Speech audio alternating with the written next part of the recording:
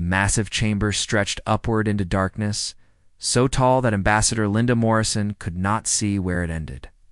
She stood alone on a small platform in the center, surrounded by 12 towering seats arranged in a circle. Each seat held a being so different from the others that her mind struggled to process what she was seeing. One was made entirely of shifting silver light, constantly moving like liquid metal given thought. Another appeared to be a cloud of purple gas held together by some invisible force. A third had a body of living crystal that rang with musical tones whenever it moved. These were the rulers of the Galactic Council, 12 ancient species who had governed this part of the galaxy for 50,000 years. Linda had been chosen for this moment because she was humanity's best diplomat. She had spent her entire career preparing for the day when Earth would finally make contact with alien life. She had imagined celebration, wonder, the beginning of a new chapter in human history. She had not imagined a trial. The being of silver light spoke first. Its voice came from everywhere at once, vibrating through the floor and walls. Species designation: human, origin, soul system, third planet. You stand before this council to receive judgment. Ow. Linda forced herself to remain calm. Judgment for what? We have only just discovered that we are not alone. We have committed no crimes against your people. Your crimes are written in your very blood, the silver being replied. Its name was Xylox, and it had been High Arbiter of the Council for 3,000 years. We have observed your species since before you built your first cities. We have watched your wars, your genocides, your endless hunger for conquest. We have measured your genetic code and found markers of aggression that exceed acceptable levels by 400%. A holographic display appeared in the air, showing images that made Linda's stomach turn. Human history played out before her eyes, ancient battles, medieval wars, the trenches of World War I, the mushroom clouds of World War II, and conflicts that had continued even into the modern age. You are predators, Xylox continued. Your evolution shaped you for violence. Your bodies are designed to chase prey until it collapses from exhaustion. Your minds are wired for tribal warfare and territorial expansion. You are, by your very nature, a danger to all peaceful life in this galaxy. Linda stepped forward, her voice rising. That is our past, not our future. We have changed. We have built democracies, created art, explored space and peace. Yes, we have a violent history, but we have learned from it. The crystal being made a sound like breaking glass, which Linda realized was laughter. Every dangerous species says the same thing. They have changed. They have evolved beyond their nature. And then, when they meet other life, they conquer and destroy. We have seen this pattern 1,000 times. We will not allow it to happen again. Xylox raised what might have been an arm. The judgment of this council is final. The soul system is hereby quarantined. A dimensional barrier will be placed at the edge of your star's gravity well. No human ship will be able to leave. No alien ship will be able to enter. You will live out your existence in isolation, unable to spread your violence to the stars. Linda felt her legs weaken. You cannot do this. You are condemning 8 billion people to imprisonment for crimes they have not committed. We are protecting 8 trillion beings across 10,000 worlds from the crimes you would commit, Xylox replied. This audience is concluded. Return to your world and make peace with your fate. The platform beneath Linda's feet began to descend. She screamed protests, demanded another chance, begged for mercy. The council did not respond. Within minutes, she was back on her shuttle, being escorted out of council space by ships that made humanity's greatest vessels look like children's toys. 1 year later, Admiral Kevin Price stood on the observation deck of Titan Station and watched the barrier activate. It began as a shimmer at the edge of the solar system, a curtain of light that spread slowly inward. When it finally stabilized, it formed a perfect sphere around the sun and all its planets. A prison wall made of energy that human science could not begin to understand. We sent a probe to ward it this morning, said Dr. Patricia Coleman, standing beside him. She was Earth's leading physicist, and she looked like she had not slept in weeks. The probe simply vanished when it touched the barrier. No explosion, no debris. It was just erased from existence. Kevin's hands tightened on the railing. Is there any way through? Not with our current technology. Not with any technology I can imagine. This barrier operates on principles that contradict everything we know about physics. It might as well be magic. Around them, the station was quiet. The usual bustle of activity had stopped. People stood at windows, staring at the faint glow of their prison walls, trying to process what had happened. Some were crying. Others simply looked empty, as if the hope had been drained out of them. Kevin turned away from the window. He was a military man, trained to face impossible odds and find solutions. He was not going to give up now. Get me a list of every scientist in the solar system, he said. Every physicist, every engineer, every researcher working on anything related to space travel or exotic energy. I want them all working together on one problem, getting us out of this cage. Patricia looked at him with tired eyes. Kevin, you are not listening.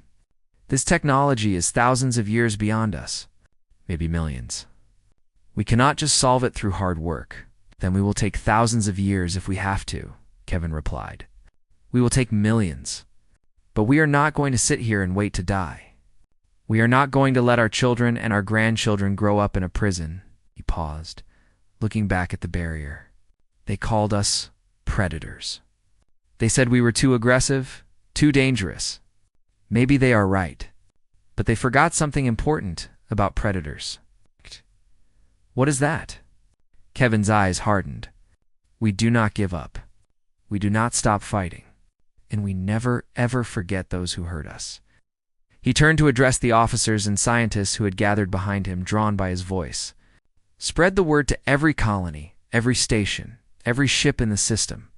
We are not accepting this fate. We are going to find a way out. And when we do, we are going to show this council exactly what humanity can do. The message spread across the solar system within days. On Earth, in the domed cities of Mars, in the mining stations of the asteroid belt, and in the floating habitats of Jupiter's moons, people heard the Admiral's words. The despair that had settled over humanity began to lift, replaced by something older and stronger, defiance. They had been judged and condemned by powers beyond their understanding. But they were human, and humans had never accepted what others told them was impossible. They had tamed fire when they were supposed to freeze. They had crossed oceans when they were supposed to stay on their shores. They had reached the stars when they were supposed to remain bound to one small planet. Now they would break free from a prison. Designed by gods, it would take time.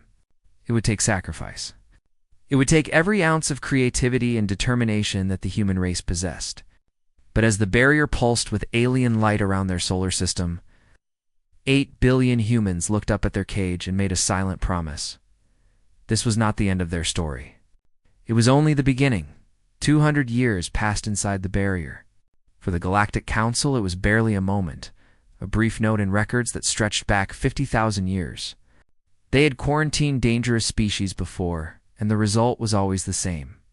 Cut off from resources and expansion, the species would eventually destroy itself through war or environmental collapse. Humanity would be no different. The Council stopped monitoring the Sol system after the first century.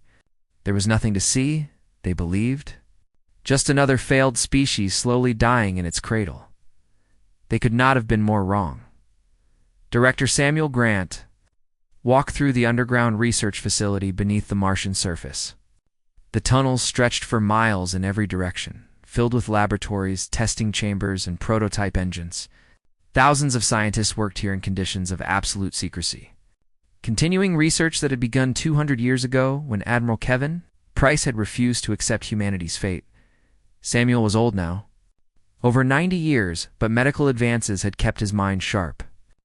He had dedicated his entire life to this project, as had his father and grandfather before him.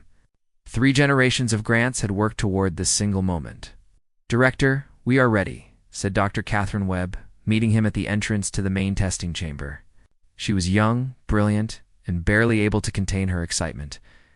After all these years, all the failures, all the sacrifices, we have finally done it. Samuel nodded slowly. Show me. The testing chamber was vast, carved out of solid Martian rock. In its center sat a ship unlike anything humanity had ever built before. It was not large, perhaps 50 meters long, with a hull that seemed to shift and shimmer when viewed from certain angles. This was the culmination of 2 centuries of work. The first fold-drive vessel. "Explain it to me again," Samuel said. "In simple terms this time. I want to make sure I understand before we risk lives." Catherine pulled up a holographic display. "The barrier blocks travel through normal space. Any ship that tries to pass through it is destroyed at the quantum level. For 200 years, we tried to find a way through, around, or over the barrier. We failed every time." She manipulated the display, showing a flat piece of paper with a dot on each end. "Then we stopped trying to beat the barrier and started trying to understand it. We studied every energy signature it produced, every quantum fluctuation, every particle it emitted.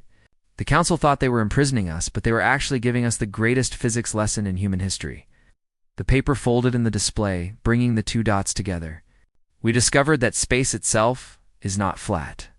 It is folded, layered, like pages in a book. The barrier exists in our layer of space, but there are other layers, other dimensions, right next to us. We cannot go through the barrier, but we can step sideways into another dimension, travel the distance we need, and step back into normal space on the other side." Samuel stared at the display for a long moment. "You are telling me we learned to do this by studying the barrier itself? The Council has had this technology for thousands of years. They never thought to hide how it works because they never imagined we could figure it out. Their arrogance was our greatest advantage." The first test flight was scheduled for the following week. 20 volunteers had been selected from thousands of applicants, all of them knowing that they might never return. The dimensional fold had been tested with unmanned probes. But there was no way to know if living beings could survive the transition. Captain Lisa Coleman was chosen to lead the mission.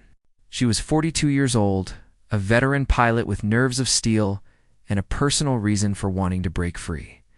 Her great-great-grandmother had been the ambassador who stood before the council 200 years ago, condemned and dismissed.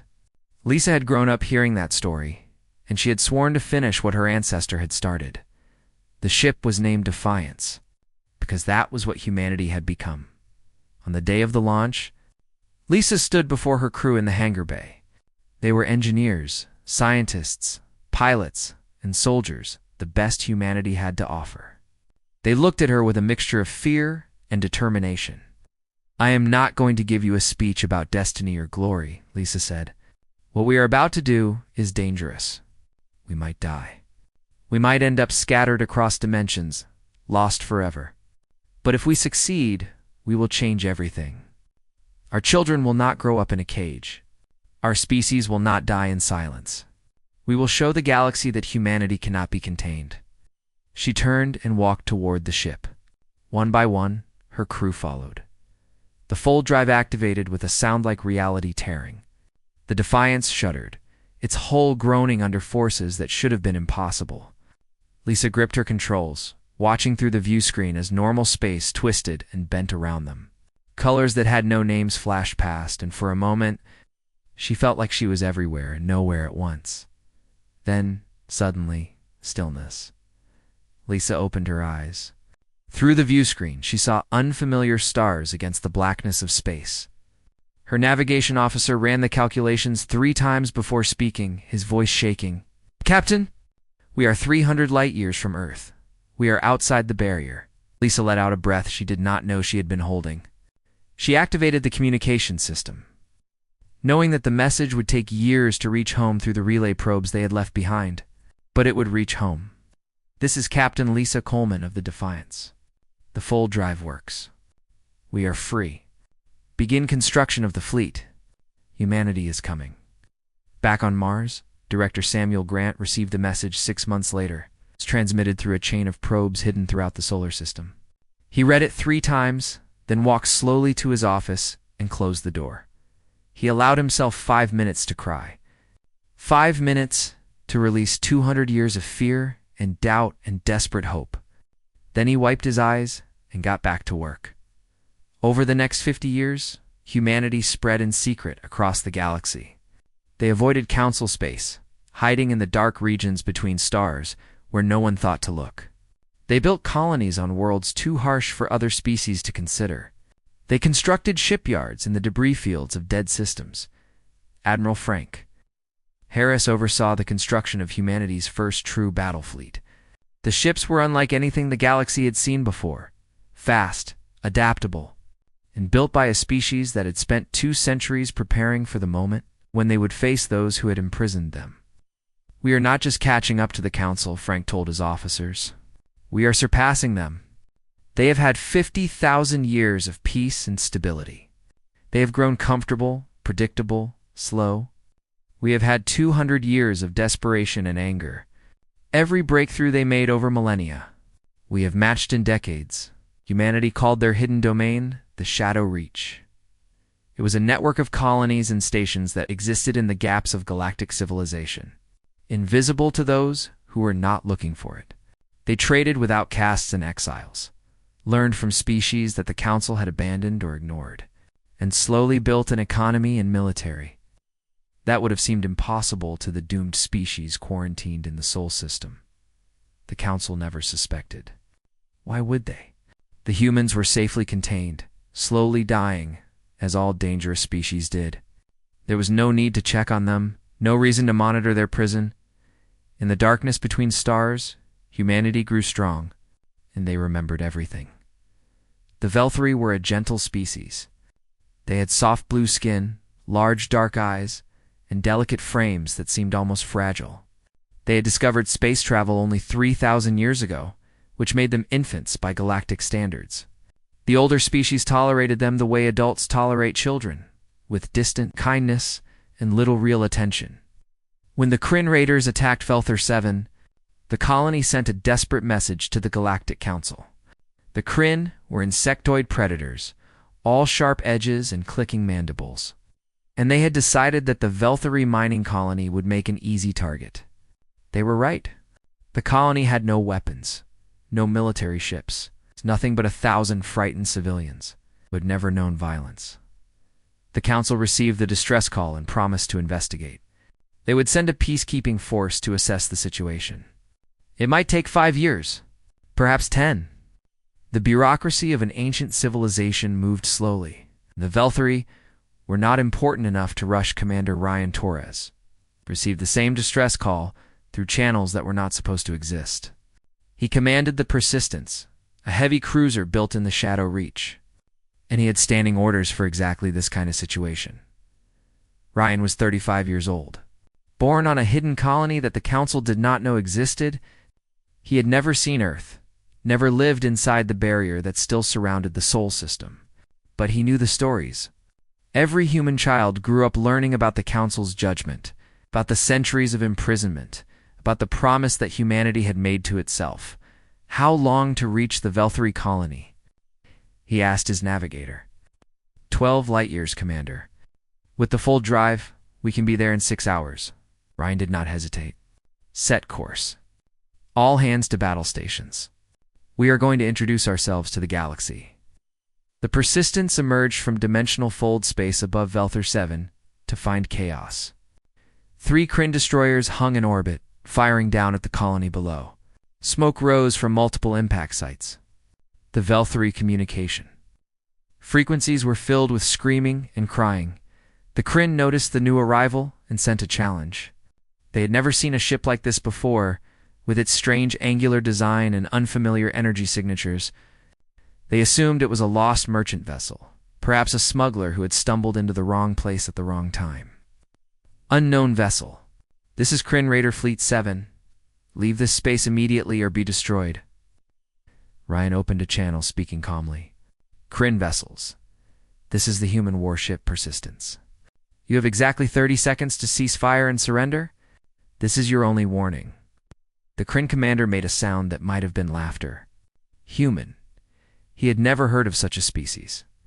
Probably some minor race from an unimportant world, trying to play hero. He ordered his ships to continue the bombardment and ignore the newcomer.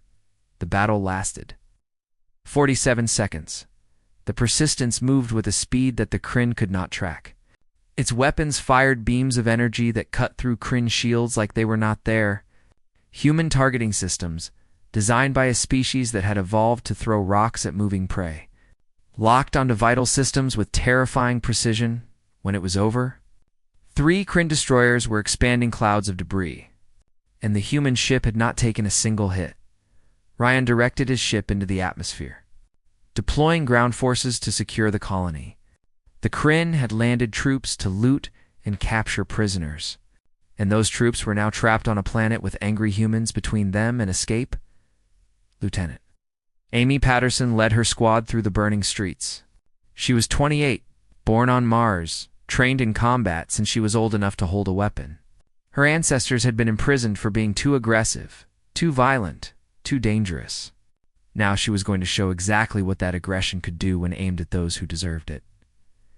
She found a group of Kryn soldiers cornering civilians in a shelter. The insects were large, nearly 2 meters tall, with armored bodies and bladed limbs. They looked terrifying. Amy was not impressed. "Drop your weapons and surrender," she announced through her Sioux. "It's translator. This is your only chance." The Kryn charged, confident in their natural advantages. They were faster than most species, stronger, better equipped for close combat. They were not faster than human reflexes. They were not stronger than human determination. And they were certainly not prepared for a species that had spent 200 years preparing for exactly this kind of fight. When the shooting stopped, Amy walked to the shelter entrance. The Velthari inside stared at her with huge dark eyes, unable to process what had just happened. Moments ago, they had been waiting to die. Now the monsters were dead, and a stranger in strange armor was offering them a hand. "Who are you?" asked the elder, her voice trembling. "What are you?" Amy removed her helmet. Her face was alien to the Velthari. Strange forward-facing eyes, flat features, skin that seemed impossibly soft. But her expression was something they understood. It was kindness. "We are humans," Amy said. "We heard you needed help. But why?" "We do not know you. We cannot pay you. Why would strangers come to save us?" Amy thought about the stories her parents had told her, about the Council's judgment, about the centuries of isolation. "Because we know what it is like to be abandoned. We know what it is like to call for help and receive nothing but silence. And we decided that no one else should have to feel that way." Word spread. The Velthari told other young species about the strangers who had appeared from nowhere and saved them without asking for anything in return. Other species who had been ignored by the Council, who had been told to wait years for help that might never come, began to listen. Humanity made contact carefully, always helping first and explaining later.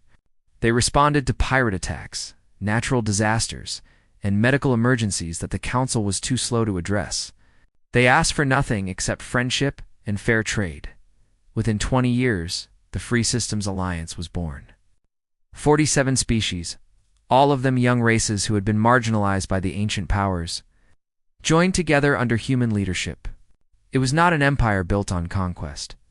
It was a family built on mutual respect. President Margaret Lewis addressed the first full gathering of the Alliance from the human capital of New Dawn, a world that the Council's charts did not even show. "We were told we were monsters," she said, her voice carrying across the assembly hall. "We were told that our aggression made us unfit for civilized society. And maybe they were right about what we were, but they were wrong about what we could become." She looked out at the gathered representatives, the blue-skinned Velthari, the silicon-based Tirani, the aquatic Delini, and dozens of others. All of them had chosen to stand with humanity, not because they had to, but because they wanted to. The Council sees strength as something to be feared and controlled. We see it as something to be shared. The strong protects the weak. The established help the growing. That is the foundation of our alliance. That is what it means to be free.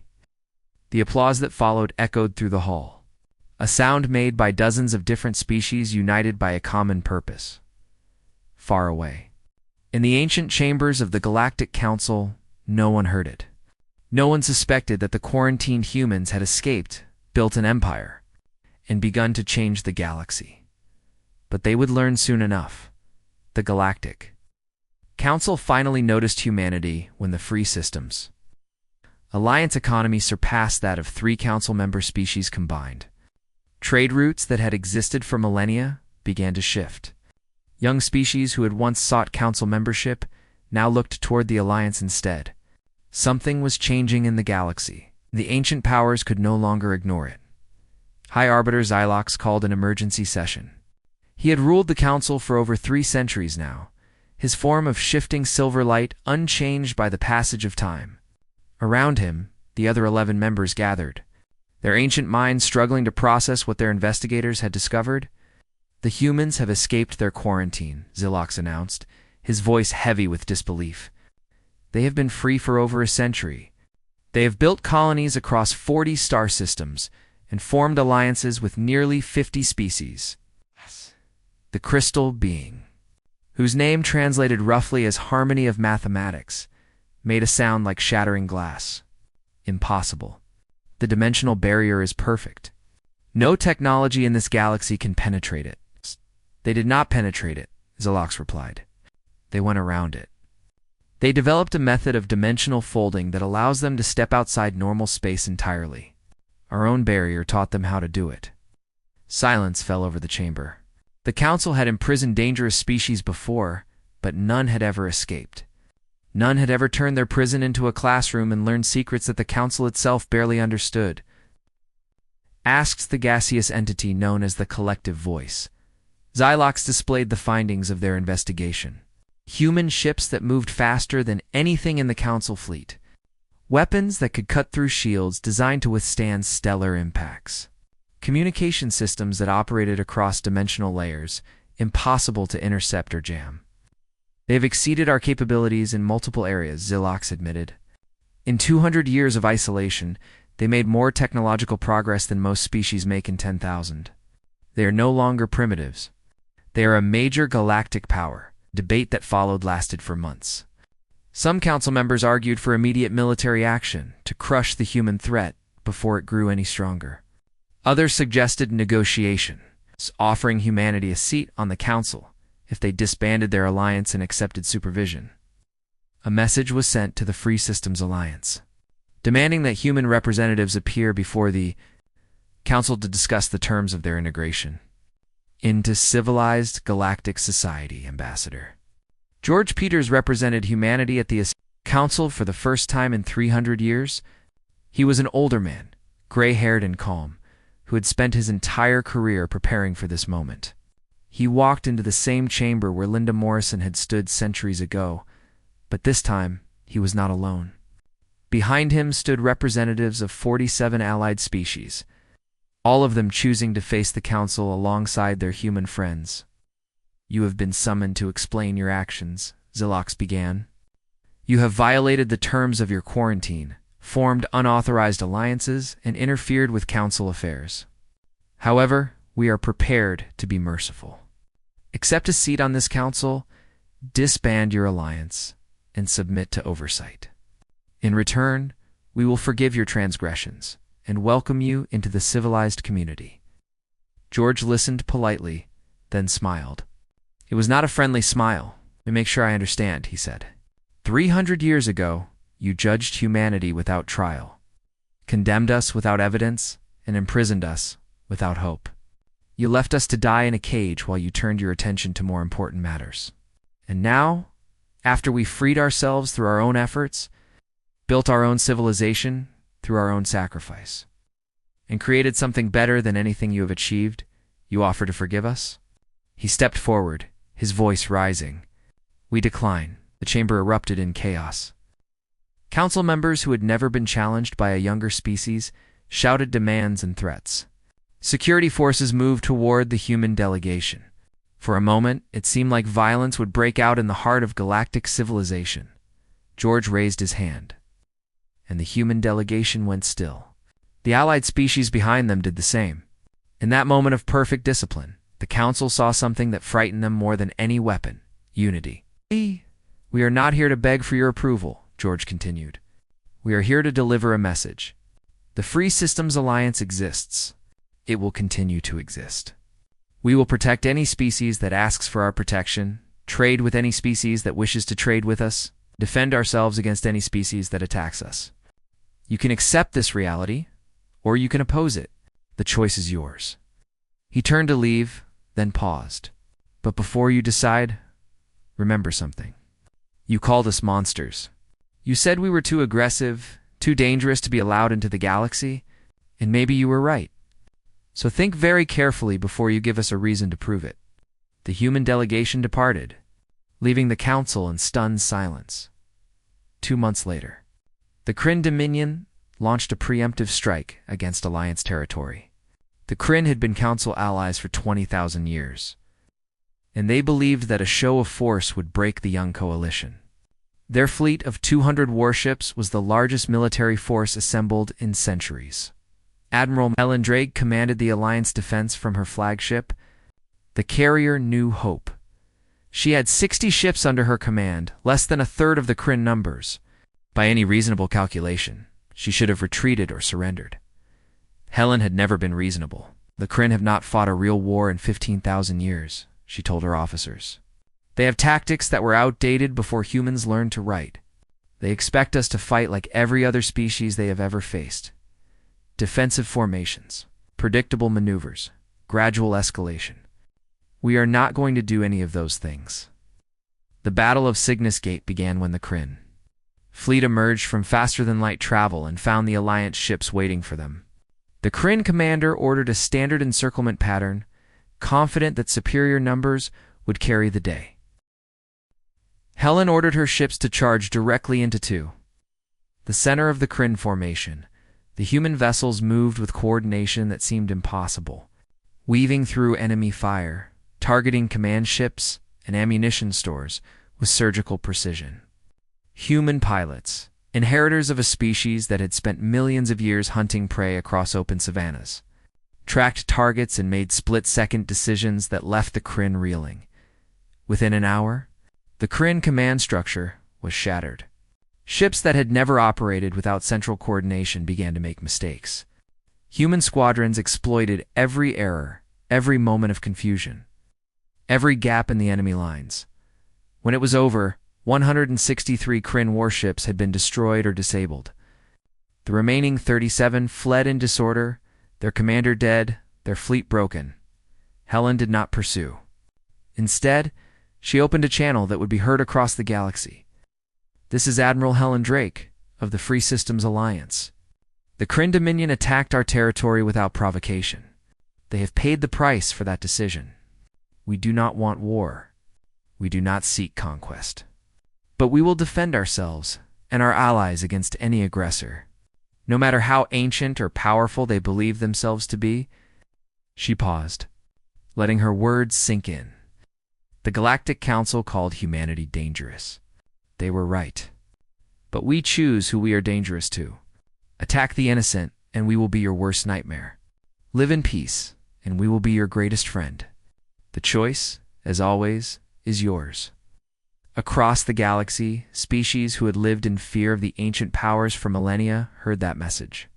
And for the first time in 50,000 years, they began to hope for something different. The Galactic Council began to fracture within months of the Kryn defeat. Species who had quietly resented the ancient powers for thousands of years finally saw their chance. Some joined the Free Systems Alliance openly. Others declared neutrality, refusing to take sides in a conflict they had no desire to fight. A few retreated into isolation, stealing their borders and hoping the storm would pass them by. For the first time in 50,000 years, the galaxy was changing.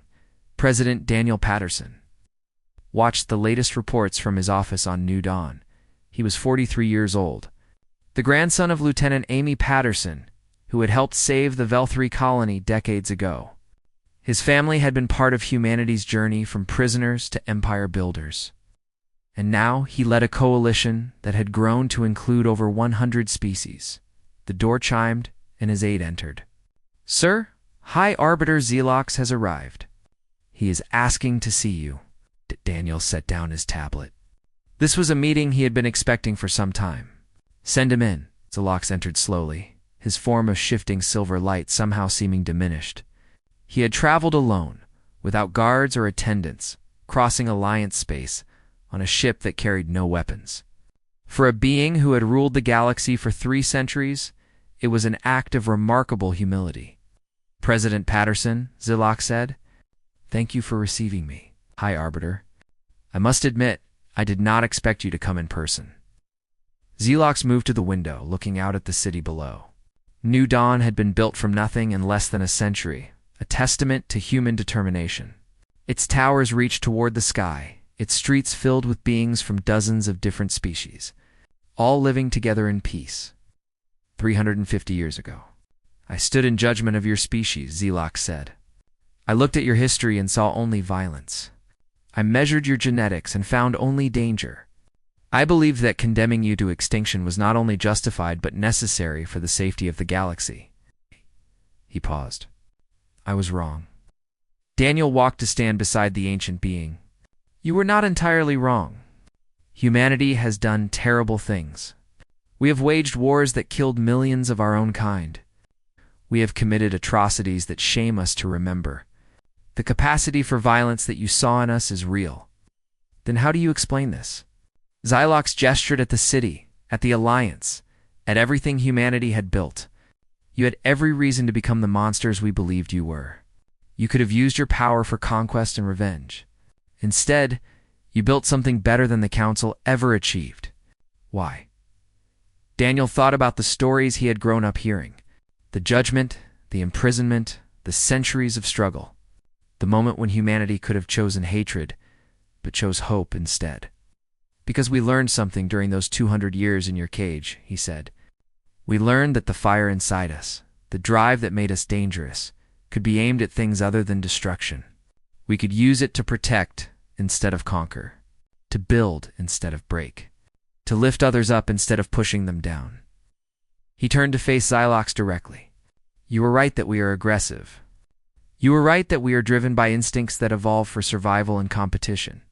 But you missed the other side of our nature. We are also capable of compassion, sacrifice, and love. We form bonds with strangers. We adopt the battles of people we have never met. We see injustice and feel compelled to act, even when it costs us everything. We did not understand, Zelox admitted. We had never encountered a species like yours.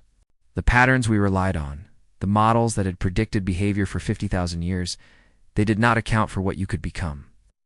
No one can predict what someone will become, Daniel replied. That is the point. You judged us by what we were, not by what we might choose to be. And in doing so, you nearly destroyed something remarkable. On Earth, in the city of Chicago, a young woman named Rachel Torres stood with her grandmother, watching the ceremony on a public display. The barrier around the Sol system had been lowered years ago, humanity finally free to return to its ancestral home.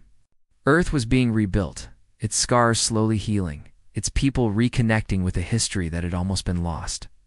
Grandmother Rachel said, "What was it like? Growing up inside the barrier?" Her grandmother smiled, her face lined with age but her eyes still bright. "It was hard, child. We did not know if we would ever escape. We did not know if anyone would ever hear our story. But we never stopped trying, and we never stopped hoping. That is what it means to be human." Back on New Dawn, Zelox made a request that no High Arbiter had ever made before. The Council is dying, he said. Our authority crumbles. Our members depart. The order we've built over 50,000 years is ending, and nothing I do can stop it. He paused. But something new is rising. Something better? I would like to be part of it. Daniel studied the ancient being for a long moment. This was the creature who had condemned his species, who had tried to erase them from the galaxy. 350 years of history stood between them, filled with suffering and struggle and loss, but also with growth and change and redemption. The Free Systems Alliance does not judge by what you were, Daniel said finally. We judge by what you choose to be. If you want to join us, to help us build something better than what came before, then you are welcome. He extended his hand. A gesture that Xylox had learned was a human offer of peace. Xylox looked at the hand, at the strange species that had defied every prediction, every model, every assumption. They were still aggressive, still dangerous, still unpredictable, but they had transformed those qualities into something remarkable. He reached out with his own appendage and accepted the gesture. The ceremony that followed broadcast across the galaxy. 112 species watched as the former ruler of the Galactic Council formally joined the Free Systems Alliance. Acknowledging that the old order was over and something new had begun, President Daniel Patterson addressed the gathering, speaking words that would be remembered for generations. 350 years ago, 12 ancient species looked at humanity and decided we were too dangerous to exist. They called us predators. They called us monsters. And they were not entirely wrong. We carry violence in our blood, aggression in our bones, the fire of 1,000 generations of struggle in our hearts. He paused, looking out at the assembled representatives of beings from across the galaxy. But fire can warm as well as burn. It can light the darkness as well as consume. What matters is not the fire itself, but how we choose to use it. We chose to use ours to build, to protect, to create something that would outlast us all. And today, we invite everyone who shares that vision to stand with us. He raised his glass. To the fallen who sacrificed everything so we could be here. To the future, which we will build together. And to the galaxy, which will never again be ruled by fear. The cheers that followed echoed across 100 worlds. Humanity had been banished as monsters. They had returned as leaders, not through conquest, but through example. They had shown the galaxy that the fire of aggression could become the light of protection, and that even the most dangerous species could choose to be something better. The old order was over. A new dawn had begun, and at the heart of it all stood humanity. No longer caged, no longer judged. Finally free to become what they had always been capable of being. Not the destroyers the Council had feared, but the protectors the galaxy had needed. This was not the end of their story. It was only the beginning.